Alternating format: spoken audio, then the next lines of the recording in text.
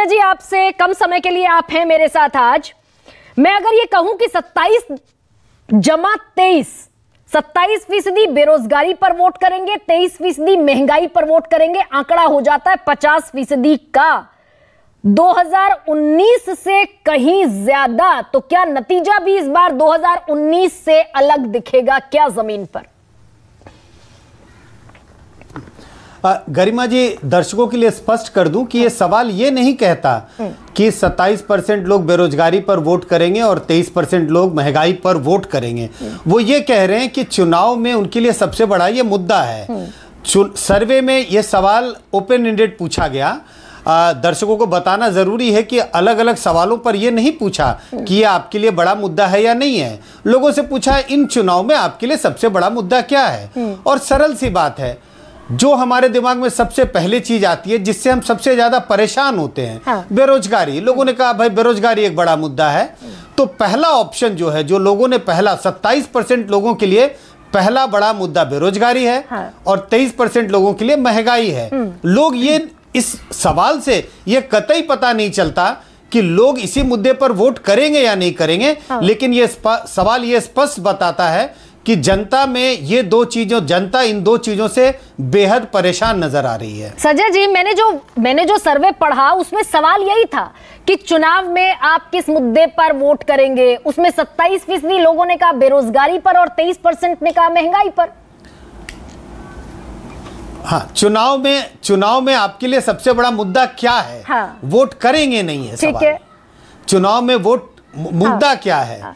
तो इसमें डिस्टिंक्शन बनाने की जरूरत है, नहीं तो भ्रम पैदा होगा। संजय जी, लोग ये नहीं कह रहे कि मैं इसी मुद्दे पर वोट करूंगा। ठीक है, ये भी समझाइए, मुद्दा अगर है किसी के लिए बेरोजगारी, तो वो वोट करेगा उसके खिलाफ या नहीं करेगा? महंगाई अगर मुद्दा है तो वोट करेगा कि नहीं करेगा? जब हम एक किसी होटल में खाना खाने जाते हैं तो हम कहते हैं आपके पसंद की चीज क्या है, और कोई व्यक्ति एक उदाहरण देता है मेरे पसंद की ये चीज है, उसके सामने एक दूसरी चीज परोस दी जाती है, हाँ। जो उसे देख के लगता है अच्छा ये तो मुझे ध्यान ही नहीं था। जब मुझे अचानक पूछा गया कि आपको पसंद क्या है, और मैंने कहा दाल मखनी पसंद है, लेकिन कुछ देर के बाद वहां पनीर बटर मसाला आ जाता है और कहते अरे यार मेरे तो दिमाग में था ही नहीं पनीर बटर मसाला भी है। तो लोग पनीर बटर मसाला खाने लगते हैं और दाल मखनी को किनारे रख देते हैं।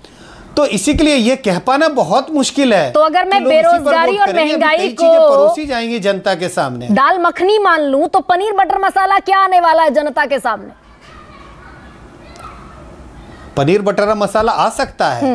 राम मंदिर का मुद्दा बहुत बड़ा मुद्दा है। चुनाव इमोटिव इश्यूज पे बहुत लड़ा जा रहा है। पिछले 5-7 सालों में हमने देखा कि इमोटिव इशू परसेप्शन बनना चाहिए। और इमोटिव इशू क्या है भाई? देश में जो 500 साल में नहीं हुआ वो मोदी सरकार ने कर दिखाया, और वो क्या है? राम मंदिर का निर्माण हुआ। हिंदुओं को अब हिंदुस्तान में एक अपनी जगह मिली है।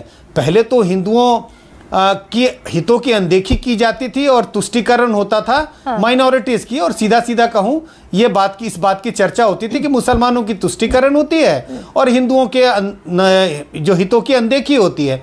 ये सब बड़े मुद्दे हैं, इमोटिव इशू। लेकिन संजय जी, आप ही का सर्वे ये भी कहता है कि राम मंदिर पर वोट करने वाले, राम मंदिर मुद्दा है सिर्फ 8% लोगों के लिए, और हिंदुत्व मुद्दा है सिर्फ 2% लोगों के लिए। तो जब मुद्दा ही नहीं है, 8% लोग सिर्फ कह रहे हैं राम मंदिर को मुद्दा, तो वोट करने के चांसेस कितने फिर इस मुद्दे पर? जब ये चीज उनके सामने परोसा जाएगा, जो मैंने उदाहरण दिया, जब उनके सामने लेके आएंगे, जब आप परोसेंगे थाली में, तब उन्हें लगेगा कि हाँ ये तो ज्यादा इंटरेस्टिंग है, ये मुद्दा ज्यादा जरूरी है बजाय कि बेरोजगारी और महंगाई। बेरोजगारी और महंगाई तो आएगी जाएगी, लेकिन राम मंदिर का निर्माण तो ऐतिहासिक है। तो मैं कह रहा हूं ऐसे कई मुद्दे अभी आएंगे जो जनता के सामने परोसे जा रहे हैं, जिस पर जनता के मतलब एक तरह से मोल्ड होने की पूरी गुंजाइश है। देश का दुनिया में नाम बहुत ऊंचा हुआ है। देश अब हिंदुस्तान एक महान देश के रूप में उभर रहा है। ये सारे इतने बड़े मुद्दे हैं। अंतर्राष्ट्रीय छवि संजय जी जिसकी आप बात कर रहे हैं, उस पर भी आप ही का सर्वे 2% दिखा रहा है कि देश में नाम ऊंचा हुआ। मैं बार-बार ये 2% लोगों के लिए मैं ये बार-बार कह रहा हूं कि मैं बार-बार यही कह रहा हूं, हमने इसको परोसा नहीं था।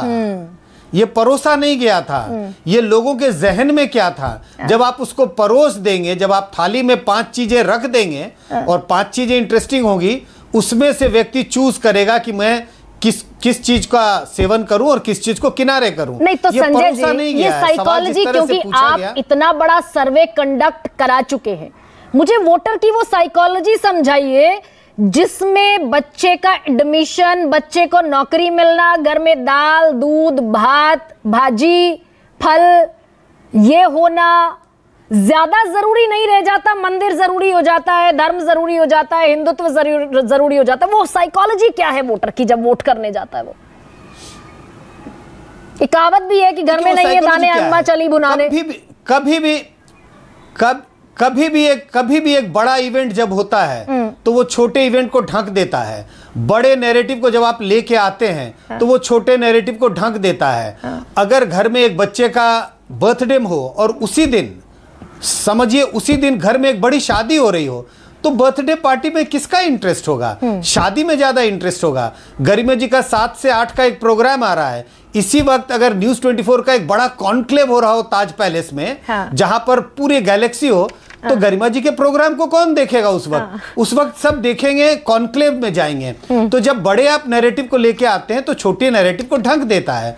इस वक्त ऐसा लग रहा है कि ये जो महंगाई और बेरोजगारी, ये छोटे नैरेटिव ऐसा प्रोजेक्ट किया जा रहा है, ये छोटे नैरेटिव हैं, ये आज है कल खत्म हो जाएगा। गरिमा जी का प्रोग्राम रोज होता है 7 से 8, लेकिन कॉन्क्लेव साल में 1 बार हो रहा है, साल में 2 बार हो रहा है। तो ये बड़ा नैरेटिव है। 2024 का चुनाव देश को मजबूत करने का चुनाव है, दोबारा मौका नहीं आएगा। नरेंद्र मोदी के हाथ को मजबूत करने का चुनाव है। नरेंद्र मोदी ने राम मंदिर बनवाया है, बीजेपी ने राम मंदिर बनवाया है। महंगाई तो आएगी जाएगी, लेकिन संजय जी 2014 का चुनाव महंगाई पर हुआ, बेरोजगारी पर हुआ, 24 में क्यों नहीं होगा?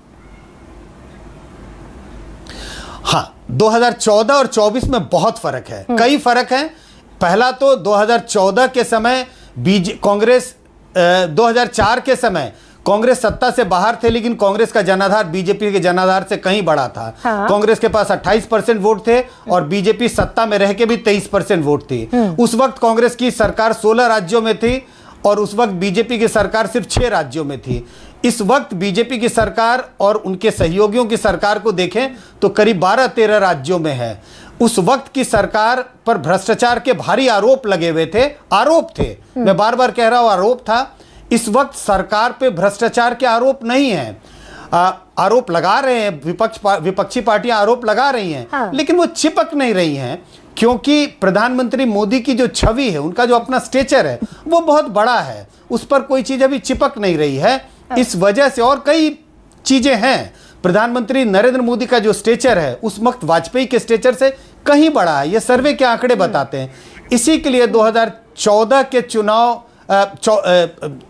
के चुनाव में जिस तरह से भ्रष्टाचार के आरोप लगे थे कांग्रेस की सरकार पर, उस तरह के आरोप चिपक नहीं रहे हैं अभी बीजेपी तो मैं ये तो मान लूं ना संजय जी, क्या मैं ये मान सकती हूं क्या कि इस देश की जनता महंगाई से, बेरोजगारी से परेशान है, त्राहिमाम कर रही है, लेकिन अगर बड़ा मुद्दा कोई दिखेगा, भावनाओं को जुड़ता हुआ कोई मुद्दा दिखेगा, तो वोट उधर ट्रांसफर हो सकता है, लेकिन मुद्दा है महंगाई और बेरोजगारी, ये मानूं मैं? बिल्कुल मुद्दा है। सिर्फ लोकसभा के चुनाव में नहीं, पिछले 2-3 सालों में जितने विधानसभा के चुनाव हुए हमने देखा ये बड़ा मुद्दा है। इससे मुंह नहीं फेरा जा सकता। ये एक बड़ा कंसर्न है जनता के बीच में। लेकिन हमने पिछले कई विधानसभा चुनाव में भी देखा कि ये चुनावी मुद्दा नहीं बना। चुनावी मुद्दा नहीं बना है कि 2024 में अगर इसे चुनावी मुद्दा बनाना है तो बहुत मेहनत करनी पड़ेगी।